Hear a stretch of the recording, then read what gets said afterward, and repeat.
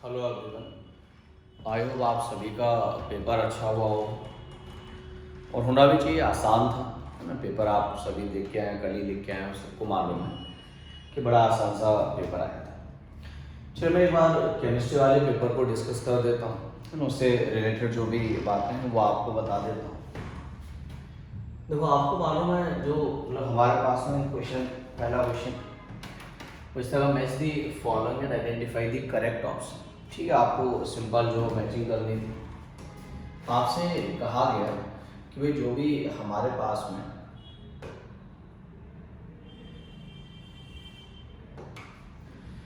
का CO plus H2, हम सभी जानते हैं भाई CO प्लस H2 को हमने सिंथेसिस गैस का नाम दिया हुआ था। और टेम्पररी हार्डनेस ऑफ वाटर, तो हमें ये भी मालूम है कि भाई टेम्पररी हार्डनेस ऑफ वाटर जो होती है वो बाइकार्बोनेट्स की वजह से होती है। तो सिंपल हम कह देंगे मैग्नीशियम और कैल्शियम हो जाएगा। B2H6 हमें मालूम है कि इलेक्ट्रॉन डिफिशिएंट स्पीसीज है। और उसने कहा H2O2, ठीक है। तो हमें मालूम है H2O2 कैसा है हमारे पास में, एक नॉन, ठीक है, प्लेनर स्ट्रक्चर है। हम सभी ने पढ़ रखा है कि भाई H2O2 का जो स्ट्रक्चर है वो स्ट्रक्चर हमारे लिए कैसा होता है, ओपन बुक स्ट्रक्चर है। तो ठीक है, आप उस हिसाब से मैचिंग करा लीजिए।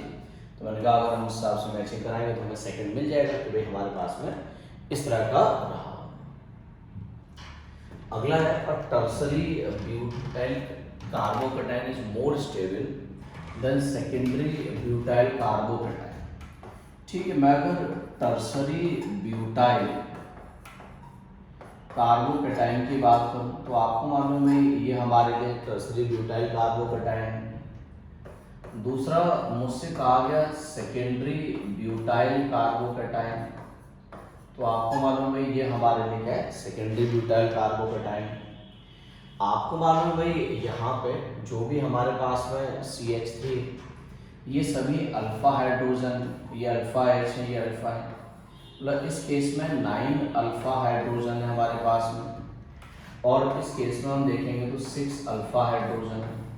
लेकिन जितने ज़्यादा अल्फा हाइड्रोजन होंगे उतना ज़्यादा हाइपर कॉन्जुगेशन होगा, और हाइपर कॉन्जुगेशन की वजह से क्या होता है, किसी भी कार्बोकेटाइन की, कार्बन फ्री रेडिकल की, एल्कीन की स्टेबिलिटी बढ़ती है। तो मैंने कहा ये टर्सरी ब्यूटाइल ज़्यादा स्टेबल होगा, और उसका पीछे रीजन क्या होगा, हाइपर कॉन्जुगेशन। भाई CH3 का रेजोनेंस तो होता ही नहीं है, तो प्लस R माइनस R वाले वैसे ही हट गए, और CH3 का होता है तो प्लस I होता है, माइनस I वैसे ही नहीं होता है। तो ठीक है, मैंने कहा हमारे लिए आंसर क्या होगा, हाइपर कॉन्जुगेशन। अगला है what is the change in oxidation number of carbon in the following reaction. But बिल्कुल आसान है भाई, CH4 में अगर हम कार्बन का ऑक्सीडेशन नंबर निकालेंगे तो कितना आ जाएगा, -4। CCl4 में अगर हम कार्बन का ऑक्सीडेशन नंबर निकालेंगे +4। तो हम कह सकते हैं ऑक्सीडेशन नंबर बदल रहा है कहाँ से, -4 से +4 के बीच में। ये तो सिंपल है, तो ये कोई ऐसी बात तो नहीं है कि हम CH4 मान लो कार्बन का ऑक्सीडेशन नंबर ही निकाल पाएंगे। कार्बन का X होगा, एक हाइड्रोजन का +1 है, 4 हाइड्रोजन है। मैंने कहा यहाँ से हम सॉल्व करेंगे -4 आ जाएगा। CCl4 में हम देखेंगे कार्बन का X होगा, एक क्लोरीन का -1 है, 4 क्लोरीन है। इससे अगर हम सॉल्व करेंगे तो +4 आ जाएगा। ठीक है, तो वो कोई एकदम आसान क्वेश्चन था, देख के टिक होना है। हमसे कहा गया कि हमने सुक्रोज ले रखा है, उसके हम हाइड्रोलिसिस करा रहे हैं। ठीक है, बायो मॉलिक्यूल का क्वेश्चन आराम से बता देंगे। हम जानते हैं कि सुक्रोज के हाइड्रोलिसिस से क्या मिलता है, हमें अल्फा डी ग्लूकोज मिलता है, प्लस साथ में हमें मालूम है बीटा डी फ्रक्टोज मिलता है। तो सुक्रोज जो ग्लूकोज और फ्रक्टोज से मिला होता है, उसमें भी अल्फा डी ग्लूकोज और बीटा डी फ्रक्टोज मिलता है। तो हमने क्या दिया, अल्फा डी ग्लूकोज और बीटा डी फ्रक्टोज। ठीक है, नेक्स्ट है calculate the spin only magnetic movement in chromium +2। तो हम जानते हैं क्रोमियम +2 का अगर हम इलेक्ट्रॉनिक कॉन्फ़िगरेशन लिखेंगे 3d4 आ जाएगा। 3d4 आ गया मतलब सिंपल है, उसमें 4 अनपेयर्ड इलेक्ट्रॉन है हमारे पास में। हमें मालूम मैग्नेटिक मूवमेंट क्या होता है, √में n × n+2, n का वैल्यू हम 4 रख देंगे तो √24 बोर मैग्नेटॉन आ जाएगा। या हम उसे सॉल्व कर लेंगे तो 4.90 बोर मैग्नेटॉन आ जाएगा। सिंपल फॉर्मूले में रखना था और हमें आंसर मिल जाएगा। Identify a molecule which does not exist. तो हमने मॉलिक्यूलर ऑर्बिटल थ्योरी में ये बात सुनी कि भाई अगर किसी का बॉन्ड ऑर्डर 0 हो जाए तो वो स्पीसीज हम कहते हैं क्या करेगा, एग्जिस्ट नहीं करेगा, ठीक है ना, डज नॉट एग्जिस्ट। अब अगर ऐसा है तो आप ये कह सकते हो भाई हीलियम 2 है, आप सब में चेक कर लो, मैं एक में बता दे रहा हूँ, हीलियम 2 है, 4 इलेक्ट्रॉन है। अगर हम इसका इलेक्ट्रॉनिक कॉन्फ़िगरेशन लिखेंगे तो sigma 1s2 sigma star 1s2। अगर हम बॉन्ड ऑर्डर निकालेंगे तो क्या आ जाएगा, bonding electron minus anti bonding by 2, तो आप देखो बॉन्ड ऑर्डर 0 हो गया भाई। अगर किसी स्पीसीज का बॉन्ड ऑर्डर 0 है तो वो स्पीसीज एग्जिस्ट नहीं करेगा, तो हमने कहा हीलियम 2 एग्जिस्ट नहीं करेगा, ठीक है। नेक्स्ट हम अगर देखें तो हमारे पास में अगला जो है, विच of the following oxo acid of sulphur has OO लिंकेजिंग, मतलब OO लिंकेजिंग का मतलब पैरोक्सी लिंकेजिंग है। तो वैसे तो इतना आसान क्वेश्चन था कि आप देख के टिक कर दोगे कि ये चारों ऑप्शन में एक ही ऐसा है जो पैरोक्साइड लिंकेजिंग रखता है, तो मैंने कहा H2SO8 मार्शल एसिड है भाई, इतना फेमस है कि सभी जानते हैं इसके बारे में, बहुत फेमस स्ट्रक्चर है कि भाई जो हमारे पास में H2SO8 है उसका स्ट्रक्चर ये। और आप जानते हैं इसमें ये हमें पूछा गया था कि OO लिंकेजिंग किसमें, इसमें पैरोक्सी लिंकेजिंग है। जैसे आप मान लो ये मैंने 4th वाले का स्ट्रक्चर बनाया है, फर्स्ट वाला हमारे पास में क्या है, पायरो सल्फ्यूरिक एसिड है। अगर हम उसका स्ट्रक्चर बनाएं, आप स्ट्रक्चर सबके बना के देख सकते हो, तो मैंने कहा पायरो सल्फ्यूरिक एसिड का स्ट्रक्चर ये बनेगा, इसमें कोई लिंकेजिंग नहीं है।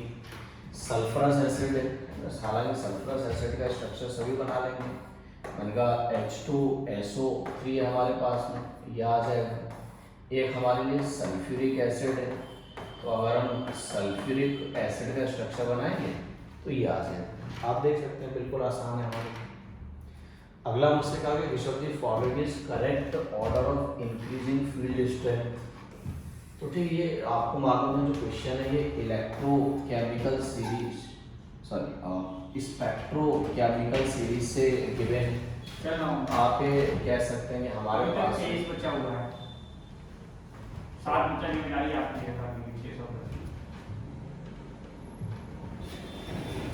हमें मालूम है कि भाई हमारे पास में स्पेक्ट्रोकेमिकल सीरीज, आप जानते हैं स्पेक्ट्रोकेमिकल सीरीज में लिगेंड का स्ट्रेंथ अरेंज किया गया कि भाई लिगेंड्स को हम जो है किस हिसाब से अरेंज किया करते हैं। तो आप ये कह सकते हैं कि स्पेक्ट्रोकेमिकल सीरीज हमने देख रखी है और उस हिसाब से अगर हम अरेंजमेंट को चेक करेंगे तो इस तरह का अरेंजमेंट आपको नजर आएगा। इवन मैंने आपको एक ट्रिक भी बताई स्पेक्ट्रोकेमिकल सीरीज को याद रखने की कि आई बाहर सानिया कूल स्टाइल में है, तो वही मतलब उस ट्रिक से भी आप चाहो तो आराम से बता दो कि हाँ भाई स्पेक्ट्रोकेमिकल सीरीज में अरेंजमेंट इस तरह का देखें। अगला क्वेश्चन है, number of Faraday required to produce 20 gram of calcium from molten CaCl2। ठीक है, तो हम जानते हैं भाई ऐसे क्वेश्चन के लिए एक ही फॉर्मूला यूज करते हैं 96500, this is equal to mole into N factor. ये हमारे पास में हमें फेराड पता करना है तो Q/96500, मोल 20 ग्राम कैल्शियम है तो weight upon atomic weight into N factor. तो आपको मालूम है हमारे पास में कैल्शियम क्लोराइड है, उसमें कैल्शियम +2 में, ठीक, और उससे कैल्शियम में जाएगा तो 0 हो जाएगा, एन फैक्टर 2 हो जाएगा। अब मैंने कहा मैं अगर उसे सॉल्व करूँगा तो मैं कह सकता हूँ Q इज इक्वल टू कितना है 96500 कूलम, और हम जानते हैं कि भाई 96500 कूलम भी हमारे लिए क्या होता है 1 फैराड होता है, तो मैंने कहा उसका आंसर हम क्या देंगे 1 फैराड आ जाएगा। अगला है reaction between acetone and methyl magnesium chloride, मतलब हमने एसीटोन ले रखा है और उसे हम रिएक्ट करा रहे हैं with methyl magnesium chloride CH3MgCl Grignard reagent के साथ में, फॉलोड बाई हाइड्रोलिसिस। तो हमें मालूम है भाई ग्रिग्नार्ड रिएजेंट के साथ रिएक्शन अगर हम कराएंगे तो यही काम करेंगे, CH3- और Mg+ को तोड़ देंगे। इधर जो हमारे पास C डबल बॉन्ड O है, हमें ये भी मालूम है कि भाई C डबल बॉन्ड O को हम सिंपल क्या करेंगे, ठीक, ये बॉन्ड हमेशा ब्रेक होगा। तो मैं अगर इससे आगे बढ़ाऊंगा तो ये आ जाएगा हमारे पास में CH3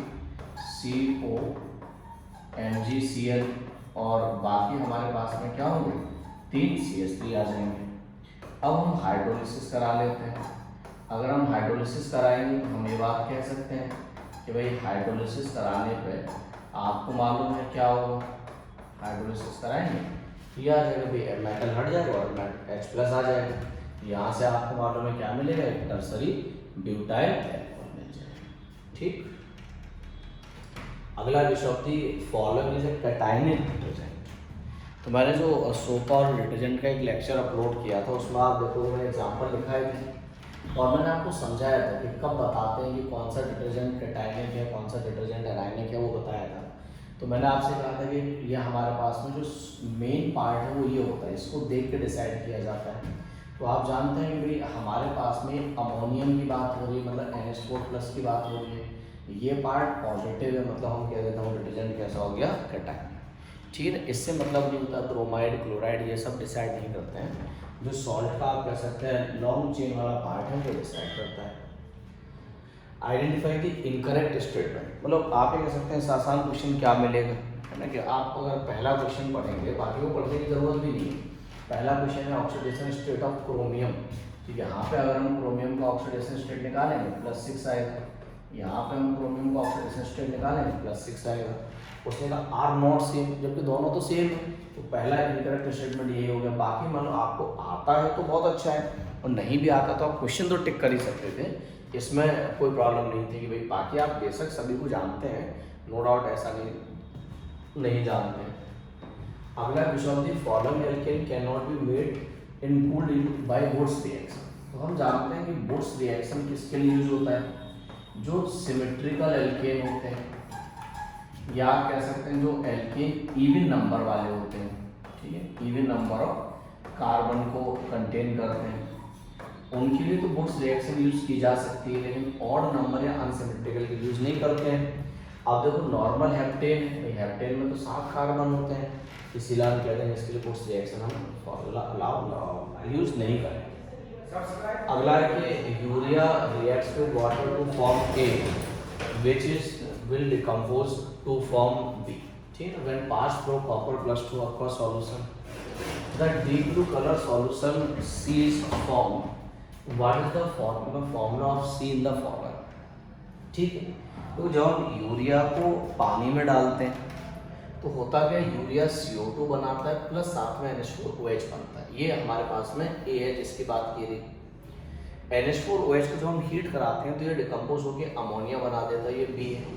और जब कॉपर +2 अमोनिया के कॉन्टैक्ट में आता है तो यहाँ से कोपरा अमोनियम सल्फेट बनता है, जो डीप ब्लू कलर का कंपाउंड होता है, मतलब काफ़ी फेमस कंपाउंड है, कई बार हम लोग पढ़ते हैं। तो भाई उसने पूछा था कि बताओ ये हमारे पास में जो डीप ब्लू कलर का कंपाउंड है वो क्या हो, तो मैंने कोपरा अमोनियम सल्फेट हो जाए। अगला है freezing point depression constant Kf for benzene is 5.12 kelvin kg per mole. Then freezing point depression constant of molality containing, मतलब आपसे डेल्टा TF पूछा गया है, तो हमें मालूम फ्रीजिंग पॉइंट डिप्रेशन कांस्टेंट यही होता है। हमने पढ़ा कि डेल्टा TF का एक formula I into KF into molality, आप जानते हो उसने खुद ही कह दिया कि नॉन इलेक्ट्रोलाइट, मतलब I का वैल्यू 1 लेना है। KF की अगर हम बात करेंगे तो हमें मालूम है कितना है 5.12 है, और मोलिलिटी क्वेश्चन में दे रखी थी 0.078। भाई इसे बस मल्टीप्लाई करना है, आप मल्टीप्लाई कर लो और जैसा, ठीक है, आप कह सकते हैं ये वैल्यू 0.4 आ जाएगी, तो आप कह देंगे हमारे पास में डेल्टा TF। ठीक, अगला तो number of proton neutron electron, तो इससे आसान क्या मिलेगा, ल्यूटेटियम 71 और 175। हम सभी को मालूम है कि प्रोटॉन के नंबर जो है एटॉमिक नंबर के बराबर होते हैं, न्यूट्रल स्पीसीज है इसलिए इलेक्ट्रॉन के नंबर भी इतने ही होंगे, 71 होंगे। और मैंने न्यूट्रॉन की अगर हम बात करेंगे then neutron is mass number minus atomic number, तो आप कह सकते हैं ये हमारे लिए आ जाएगा। अब उस हिसाब से आप देख लो कि हमारे पास में जो भी इलेक्ट्रॉन प्रोटॉन न्यूट्रॉन है वो आइडेंटिफाई द कंपाउंड X। तो आपने फाइनल प्रोडक्ट के तौर पे एल्डिहाइड ऑब्जर्व किया है, हम जानते हैं एल्डिहाइड तब मिलेगा जब 2 CL एक ही कार्बन पर रहे होंगे, तो तो इसका मतलब ये है कि सिंपल जब मैंने Cl2H के साथ रिएक्ट कराया होगा तो फ्री रेडिकल रिएक्शन हुई होगी और दो हाइड्रोजन हट के स्टेप बाय में दो क्लोरीन आ गए होंगे। जब हम इसकी हाइड्रोलिसिस कराएंगे तो हमें मालूम है जब हम हाइड्रोलिसिस कराएंगे तो दो Cl हट जाएंगे और दो OH आ जाएंगे। फिर हम ये भी जानते हैं कि एक ही कार्बन में दो OH आ गए तो तुरंत यहाँ से क्या होगा, वाटर मॉलिक्यूल अलग हो जाएगा। और मैंने कहा अगर वाटर मॉलिक्यूल अलग हो गया तो अल्टीमेटली ये बने। तो उसने पूछा कि बीच वाली स्पीसीज क्या होगी, तो हमें कह सकते हैं बीच वाली स्पीसीज क्या होगी, CH Cl। Identify the correct statement, वो करेक्ट स्टेटमेंट बताना है आपको। Pig iron can be moulded into a variety of shape. हाँ बिल्कुल ये बात ठीक है भाई, जो पिग आयरन है आप ये कह सकते हैं वो एक तरह का मेलेबल फॉर्म रखता है, उसे आप मोल्ड कर सकते हैं। और रोट आयरन इज 4% कार्बन, नहीं भाई 4% कार्बन नहीं होता है रोट आयरन में, तो आप ये कह सकते हो ऑलमोस्ट 0.4% कार्बन बस खाली यूज होता है। ब्लिस्टर कॉपर है, blister appearance due to evolution of CO2 में। ब्लिस्टर कॉपर का अपीयरेंस जो ब्लिस्टर होता है उसका रीजन होता है due to evolution of SO2। SO2 gas जो एब्जॉर्ब हो जाता है इस वजह से उसके ब्लिस्टर अपीयरेंस आती है। Vapour phase nickelling of nickel, nickel के लिए आप जानते हैं जो प्रोसेस यूज होती है दैट इज बॉन्ड्स प्रोसेस, ना कि वैन आर्गन। पहला स्टेटमेंट ठीक हो। विच of the following is zero dipole movement.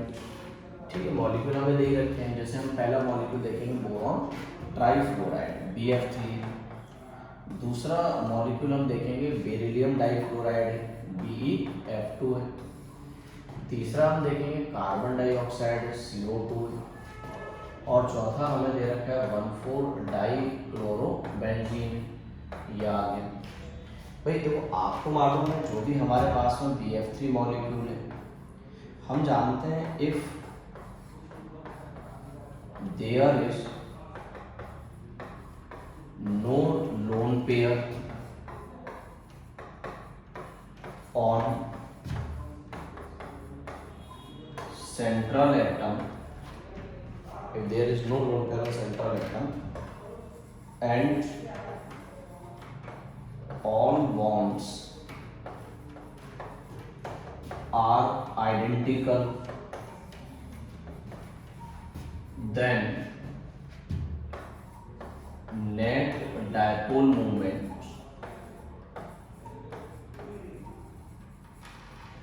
of such molecule is always, ठीक है। इस तरह का एक पॉइंट मैंने आपको नोट भी कराया था। मैंने कहा अगर हमारे पास में हम ये कहते हैं कि भाई किसी भी कंपाउंड में सारे के सारे बॉन्ड जो है वो आइडेंटिकल है और सेंट्रल एटम में कोई बॉन्ड पेयर नहीं है तो उन सबका डायपोल मोमेंट 0 होगा। और वो ये चारों मॉलिक्यूल कंडीशन से तीनों का ही है। यहाँ आप जानते हैं क्लोरीन का डायपोल मोमेंट ये है, ये दोनों कैंसिल हो जाएगा भाई, जो ज़्यादा इलेक्ट्रोनेगेटिव उधर ही डायपोल मोमेंट होगा।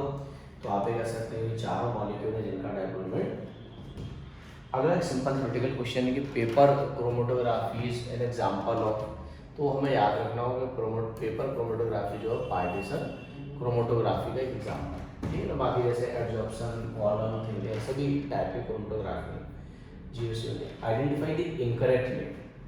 ये एटॉमिक स्ट्रक्चर में दे रखा है कि हमारे पास में अनिल ठीक उनियम, उसका ऑफिशियल नेम जो मेंडेलिनियम रखा गया है। ऐसे ही हमारे पास में अनिल ट्रियम है, उसका ऑफिशियल नेम जो लॉरेंसियम रखा गया है। इसमें इनके एटॉमिक नंबर जैसे अन तो हमें मालूम है 1 के लिए आता है, नील जो है वो 0 के लिए आता है, ट्रियम जो है 3, तो 103 वाले एलिमेंट को लॉरेंसियम पढ़ा गया। ऐसे ही हमारे पास में अन 1 के लिए आता है, नील जो हमारे लिए 0 के लिए आता है और 1101 उसे मेंडेलिनियम पढ़ा गया। ऐसे ही हमारे पास में अन 1 के लिए नील हेक्सिनियम 106 उसे हमने सिवॉर्गियम पढ़ा। ऐसे ही हम इसमें देखेंगे तो अन मतलब हमारे लिए 1 के लिए आ गया, फिर अन मतलब 111 वो रह गई। तो 111 वाला जो एलिमेंट है वो बेसिकली ये नाम दिया गया उसको, ठीक है ना, रोंटेगेंटम दिया गया। उसने कहा कि ये एलिमेंट पढ़ा जाता है, तो नहीं हमारे लिए क्या है इनकरेक्ट पूछा गया था हम लोगों से क्या होगा। एटॉमिक स्ट्रक्चर में दिया है इस तरह की चीज़। Find out the solubility of nickel hydroxide, मतलब आप जानते हैं ये कॉमन आयन वाला केस है कि कॉमन आयन के केस में सॉल्युबिलिटी कैसे कैलकुलेट करें। तो बन जैसे मेरे पास में निकेल हाइड्रोक्साइड, यहाँ से मैं इसे नो डाउट ऐसे ब्रेक करूँ, निकेल +2 OH माइनस की फॉर्म में। अब अगर दूसरा मेरे पास में क्या है NaOH, तो हम जानते हैं भाई ये टूटेगा हमारे लिए Na+ और OH माइनस की फॉर्म में। अब आप देख लो भाई हमारे पास में जो NaOH है वो 0.1 मोलर है, तो ये भी 0.1 मोलर होगा, ये 0.1 मोलर मान लेते हैं। सॉल्युबिलिटी S के बराबर होगा, तो ये S और ये 2S लिख देंगे। मैं अगर इसके लिए KSP का एक्सप्रेशन लिखूंगा तो आएगा concentration of nickel +2 into concentration of OH minus का स्क्वायर। वो मुझे दे रखा है क्वेश्चन में कि भाई वो कितना 2 इंटू 10 की power -15, this is equal to concentration of nickel +2 या सॉल्युबिलिटी ये आ जाएगा इंटू OH माइनस। भाई हम तो दोनों ऐड करके लिखेंगे तो वो आ जाएगा 0.1 प्लस 2S का स्क्वायर। लेकिन हम जानते हैं कि कॉमन आयन में जो निकेल हाइड्रोक्साइड से OH माइनस आएगा वो तो नेग्लिजिबल है, उसे नेगलेक्ट कर दिया जाएगा। तो मैंने कहा अगर हम यहाँ से सॉल्व करेंगे तो उसका सॉल्युबिलिटी कितना आ जाएगा 2 इंटू 10 की पावर -13। और वही हमसे पूछा गया था कि भाई इस कॉमन आयन के प्रेजेंस में सॉल्युबिलिटी क्या होगी, तो हमने बता दी भाई सॉल्युबिलिटी ये रहेगी। अगला कहा गया which of the following is natural polymer. तो हम जानते हैं नेचुरल पॉलीमर पूछ रहा है, तो poly butadiene acrylonitrile, poly butadiene styrene, ये सब सिंथेटिक पॉलीमर होते हैं। मतलब ये दोनों रबर ही होते हैं लेकिन सिंथेटिक रबर होते हैं, ये दोनों हमारे लिए क्या है सिंथेटिक रबर है। फिर कहता है सिस 1,4 पॉलीआइसोप्रीन। आप जानते हैं पॉलीआइसोप्रीन क्या होता है, बेसिकली नेचुरल रबर होता है। भाई आइसोप्रीन का जो पॉलीमर होता है वही तो हमारे लिए नेचुरल रबर पढ़ा जाता है, तो ये नेचुरल रबर है। अब आपको मालूम है नेचुरल रबर तो नेचुरल पॉलीमर है, और वही मुझसे पूछा गया कि बताओ भाई नेचुरल पॉलीमर क्या होगा, तो हम कह रहे हैं भाई हमारे लिए आंसर क्या होगा सब्स्टिट्यूशन। ठीक है, वही हमसे पूछ रहा है। Reaction between benzaldehyde and acetone है ना, acetophenone in presence of dilute NaOH is known as, और उसने अलग अलग नाम दे दिए, cross aldol, aldol Cannizzaro, cross Cannizzaro. तो आपको मालूम है एक तो हमने बेंजाल्डिहाइड ले रखा है और दूसरा हमने एसीटोफिनोन ले रखा है। यहाँ से रिएक्शन होगी और हमें प्रोडक्ट ये मिलेगा। प्लस आप जानते हैं कि भाई हमारे पास में ये वो स्पीसीज है जो एल्डोल दे सकता है, तो ये तो एल्डोल कंडेंसेशन देगा ना, और दो अलग अलग मॉलिक्यूल के बीच में, इसलिए इसको क्या पढ़ा जाएगा क्रॉस एल्डोल पढ़ा जाएगा। तो मैंने कहा ये हमारे लिए क्या कहलाएगा क्रॉस एल्डोल कंडेंसेशन। ठीक, अगला विच of the following mixture show positive deviation from Raoult's law. तो आपको मालूम है पॉजिटिव डेविएशन की कंडीशन क्या है कि भाई जो भी हमारे पास में बाद वाला इंटरेक्शन है वो कमज़ोर हो जाना चाहिए। तो मुझसे कहा गया कि भाई कौन सा ऐसा होगा, तो जैसे क्लोरोइथेन और ब्रोमोइथेन ये दोनों तो क्या बनाएंगे भाई आइडियल सॉल्यूशन। हम जानते हैं अगर एक टाइप के एटम हो या एक ही ग्रुप के एटम हो तो आइडियल सॉल्यूशन बनाते हैं, तो ये आइडियल बनाएगा। ऐसे ही बेंजीन और टॉल्यून, तो हम कह सकते हैं भाई बेंजीन और टॉल्यून भी क्या होगा आइडियल सॉल्यूशन बनाएगा। एसीटोन और क्लोरोफॉर्म, ठीक है, आप कह सकते हैं नेगेटिव डेविएशन बनाता है। नेगेटिव डेविएशन दिखाता है कि जो एसीटोन है हमारे पास में CH3 डबल बॉन्ड हो CH3, और क्लोरोफॉर्म हमने ले रखा है 3 क्लोरीन, तो इनके बीच में क्या होता है आप कह सकते हैं कि स्ट्रॉन्ग बॉन्डिंग आ जाती है, हाइड्रोजन बॉन्ड बन जाता है। इस वजह से इस बात अगर कोई बॉन्ड बन गया तो आप कह सकते हैं हाइड्रोजन बॉन्ड तो स्ट्रॉन्ग होगा वंडरवॉल के रेस्पेक्ट, इसलिए नेगेटिव डेविएशन।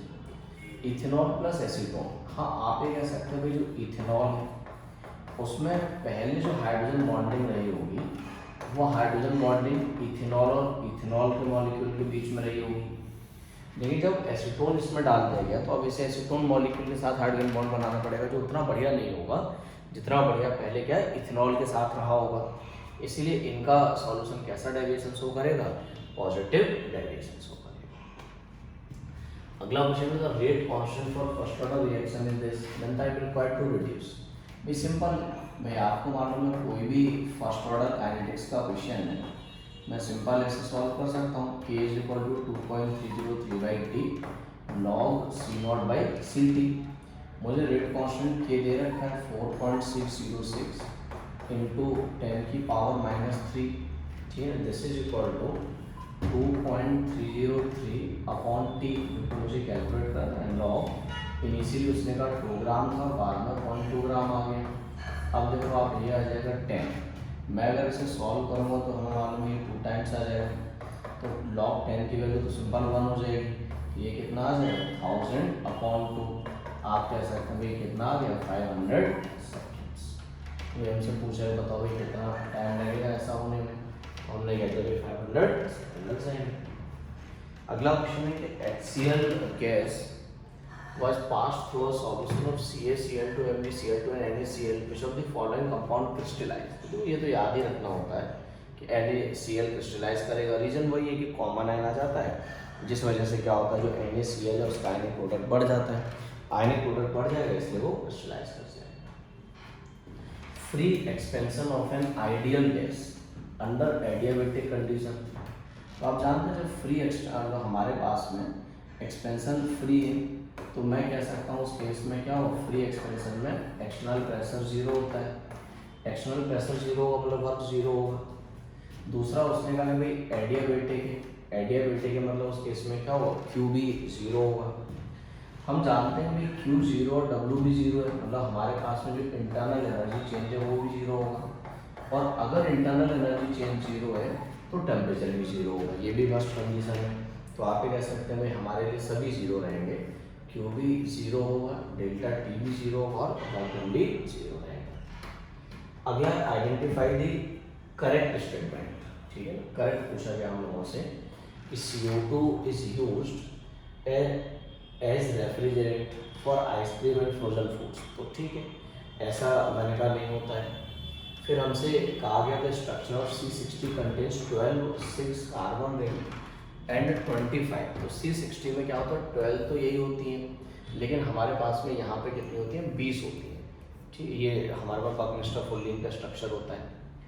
अगला हमसे कहा गया ZSM5 is a type of zeolite used in. हाँ, ZSM5 जो है वो पेट्रोलियम इंडस्ट्री में यूज़ किया जाता है। तो CO is a colourless and odourless. हाँ, CO जो है कलरलेस और ऑर्डरलेस गैस होता है, तो हम कह सकते हैं भाई C and D are correct option. अगला क्या hydrolysis of sucrose given by the following reaction, glucose और फ्रक्टोज मिला। बाद में उसने कहा कि if the equilibrium constant is this then find the value of delta Z0। तो हम जानते हैं डेल्टा Z0 का बहुत सिंपल सा रिलेशन है। अब वो क्वेश्चन भी कितना आसान पूछा आप लोगों से, उसने ये भी नहीं कहा कि आप जो भी कैलकुलेशन कर दो कुछ भी कर दो, कुछ नहीं है। हम जानते हैं कि हमारे पास में क्या होता है डेल्टा Z0 का ये रिलेशन होता है, delta Z0 is equal to -RT ln के इक्विलिब्रियम। तो बस रखना है आपको, तो माइनस आ जाएगा मैंने कहा। उसके बाद R की वैल्यू 8.314 रख दी, टेम्परेचर 300 केल्विन रख दिया, ln इंटू के रख दिया। तो आप ही कह सकते हैं हमारा आंसर, मतलब इससे आसान क्या है कि तो हमसे कोई आप कह सकते हैं मतलब ये पूछा गया कि भाई उसमें ठीक है कोई कैलकुलेशन आप करके दिखाओ, कोई कैलकुलेशन नहीं है, कुछ नहीं है, डायरेक्टली पूछ लिया गया। अगला मुझसे कहा गया which of the following amine will give carbylamine test. तो हम जानते हैं कार्बाइल अमाइन टेस्ट सिर्फ एक ही टाइप के अमाइन देते हैं और वो कौन से होते हैं 1 डिग्री अमाइन। अब मैं चेक कर लूँ भाई इनमें से कौन सा 1 डिग्री अमाइन है। तो हमें मालूम है कि भाई हमारे लिए 1 डिग्री अमाइन इज NH2। भाई मैं आपको ये बात खूब पता है कि NH2 इज 1 डिग्री अमाइन। ठीक है, NH अगर आता है कहीं पे then it is 2 degree amine, और अगर N आता है कहीं पे then it is 3 degree amine. बस 1 डिग्री अमाइन ही कार्बाइल अमाइन टेस्ट देते हैं, उस हिसाब से एनिलीन जो हमारा फाइनल आंसर हो जाएगा। अगला पूछा गया alkenone ozonolysis give methanol as one of the product the structure is. ठीक है भाई, हम इसमें ओजोलिसिस कराएंगे तो बॉन्ड यहाँ से टूटेगा, इसमें ओजोलिसिस कराएंगे बॉन्ड यहाँ से टूटेगा, इसमें ओजोलिसिस कराएंगे बॉन्ड यहाँ से टूटेगा और यहाँ से टूटेगा। आपको मालूम है भाई हमारा काम क्या होता है, हमारा काम होता है कि जहाँ से हम बॉन्ड तोड़ते हैं वहाँ पर ऑक्सीजन लगा देते हैं डबल बॉन्ड के साथ में। तो आप देखिए यहीं से मिथेनॉल बनेगा, बाकी सबसे आप तोड़ के बना लो, अलग अलग प्रोडक्ट बने, मिथेनॉल इससे ऑब्टेन होगा। अगला है एनिसोल, ठीक है, रिएक्शन विद HI। हमें मालूम है एनिसोल क्या है हमारे पास में OCH3। जब हम HI के साथ में ऐड कराएंगे तो H+ मिलेगा, ऑक्सीजन के पास लोन पेयर होंगे, ऑक्सीजन अपना लोन पेयर SH+ को डोनेट करेगा। जैसे ही ऑक्सीजन अपना लोन पेयर SH+ को डोनेट करेगा तो आप ही कह सकते हो यहाँ से क्या मिलेगा, प्रोटोनेटेड ईथर मिल जाएगा। भाई ऑक्सीजन को अपने सोडियम बॉन्ड को तोड़ना है, यही बॉन्ड तोड़ेगा, इस साइड से तोड़ ही नहीं सकता, इधर ऑलरेडी क्या है पाई कैरेक्टर वाला बॉन्ड वैसे स्ट्रॉन्ग होता है। तो आप ये कह सकते हैं भाई एक प्रोडक्ट तो मुझे फिनॉल मिल गया और दूसरा CH3+ है, मतलब एक तरह से उस पर क्या है I- का अटैक हो जाएगा, और I- का अटैक हो जाएगा तो वहाँ से CH3 I बन जाएगा। तो फिनॉल मिलेगा प्लस साथ में आप कह सकते हैं CH3 I मिलेगा। एलिमिनेशन रिएक्शन ऑफ 2 ब्रोमोपेंटेन, मतलब ये हमारे पास में 2 ब्रोमोपेंटेन, उसके बाद हमने एलिमिनेशन रिएक्शन कराया है फॉर्म पेंट-2E। यहाँ से जो स्ट्रक्चर मिला वो ये मिला है, तो ठीक है आप जानते हो यहाँ से HBr हटा देंगे। अब मैंने जब HBr हटा दिया तो मुझे फाइनल स्ट्रक्चर वो मिल गया। तो वो क्या है भाई, आपको मालूम है हमारे पास में ब्रोमीन के रेस्पेक्ट में ये अल्फा और ये बीटा कार्बन, इसीलिए इस एलिमिनेशन को एक नाम दिया गया था, this elimination is known as beta elimination, ठीक है, इसे नाम दिया गया, तो ये बीटा एलिमिनेशन है। फॉलो सेट्सअप रूल, हाँ नो डाउट आप ये भी जान रहे हैं सेट्सअप रूल को फॉलो करेगा। सेट्सअप रूल ये कहता है कि भाई उस बीटा कार्बन से आप हाइड्रोजन हटाओ जिस पर कम है, तो भाई यहाँ पे 3 हाइड्रोजन थे और यहाँ पे 2 थे, हमने उससे हटाया जिस पर 2 थे, तो ये सेट्सअप हुई। भाई यहाँ पे हाइड्रोजन और ब्रोमीन जा रहे हैं, मतलब ये डिहाइड्रो हेलोजनेशन है, इसमें हाइड्रोजन और हेलोजन जा रहे हैं, तो आप ये कह सकते हैं भाई A, B और C तीनों स्टेटमेंट आपकी जगह पर ठीक होंगे। अगला क्वेश्चन है increase in the concentration of reactant in reaction leads to the change. Option दे रखे हैं collision frequency, activation energy, threshold energy. Answer है इसका कॉलिजन फ्रीक्वेंसी। तो बेसिकली जो कॉलिजन फ्रीक्वेंसी है आप ये कह सकते हैं collision frequency is directly proportional to number of reactant molecules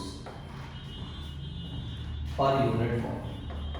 भाई जाहिर सी बात है जो कॉलिजन फ्रीक्वेंसी है वो मॉलिक्यूल के आपस में कोलाइड करने की वजह से है ना, number of collision taking place per unit second per unit volume, वही तो कॉलिजन फ्रीक्वेंसी कहलाता है। तो पर यूनिट वॉल्यूम में अगर मॉलिक्यूल के नंबर बढ़ेंगे तो जाहिर सी बात है कॉलिजन फ्रीक्वेंसी बढ़ जाएगी।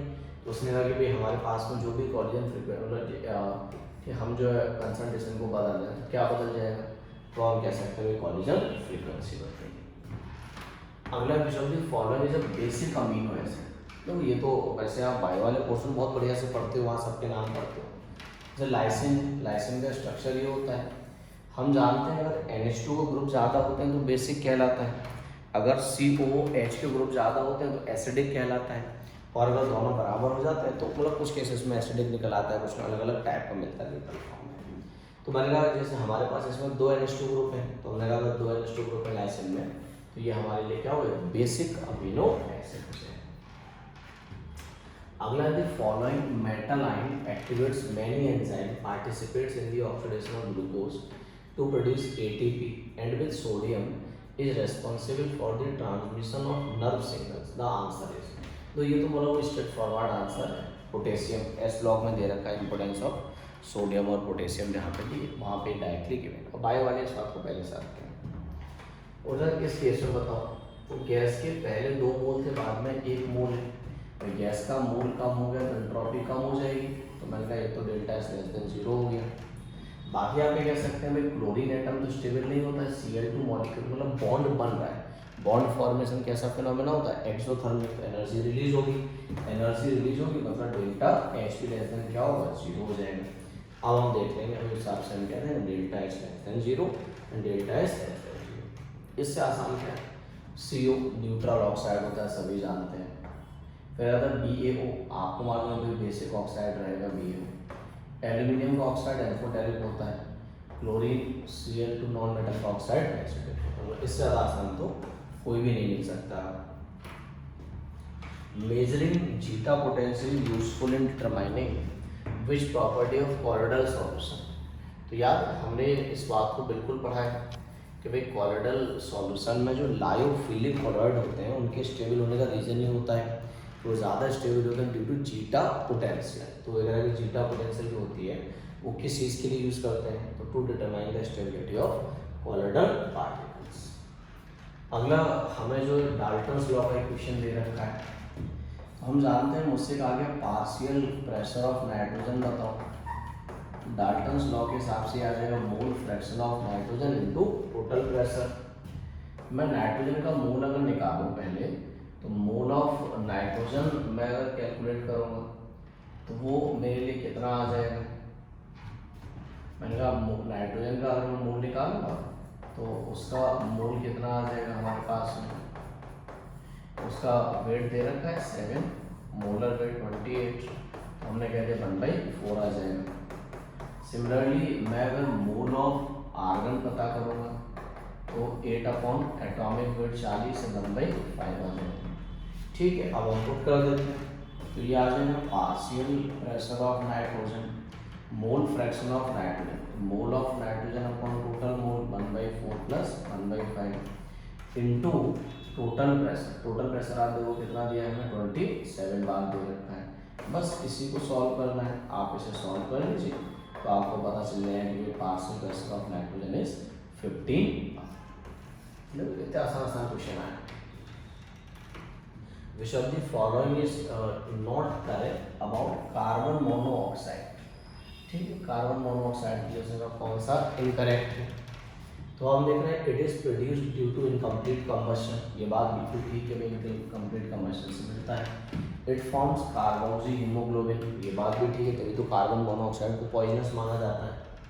It reduces oxygen carrying ability of blood, बिल्कुल ये क्या होता है कार्बोक्सी हीमोग्लोबिन बना लेता है और वो एक स्टेबल मॉलिक्यूल होता है, बढ़ा जाता है, इसलिए ऑक्सीजन कैरिंग एबिलिटी रिड्यूस कर देता है।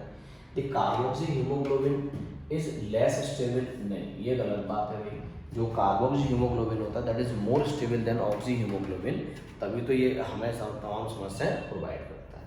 ठीक, अगला क्वेश्चन क्या है, an element has a BCC cubic unit cell with a cell edge of 280 picometer the atomic radius. तो हम सभी जानते हैं भाई एज लेंथ क्या होता है in case of BCC 4r/√3 होता है, ये रिलेशन सभी ने पढ़ रखा है। तो आप ये कह सकते हैं भाई एज लेंथ मुझे दे रखा है 288 picometer, this is equal to 4r/√3।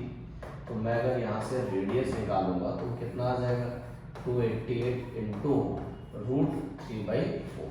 ठीक है, अब देखो एग्जामिनर इतना सीधा है कि आपसे ये भी नहीं कह रहा है कि आप उसे कैलकुलेट करके बताओ, उसने बस ऑप्शन भी ऐसे लिख दिए, ये भी नहीं कि कोई कैलकुलेशन भी कराएगा।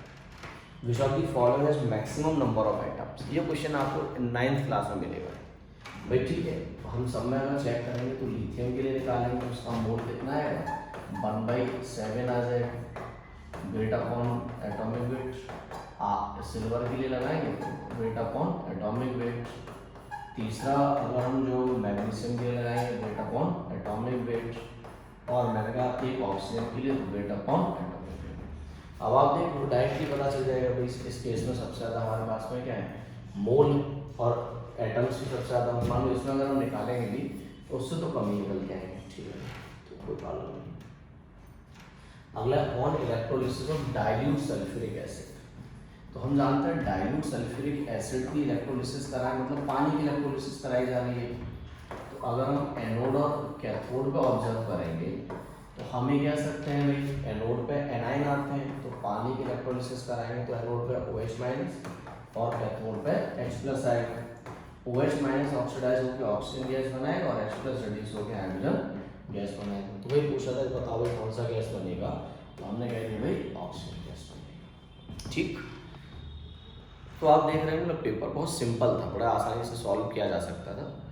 कोई नहीं, आप लोगों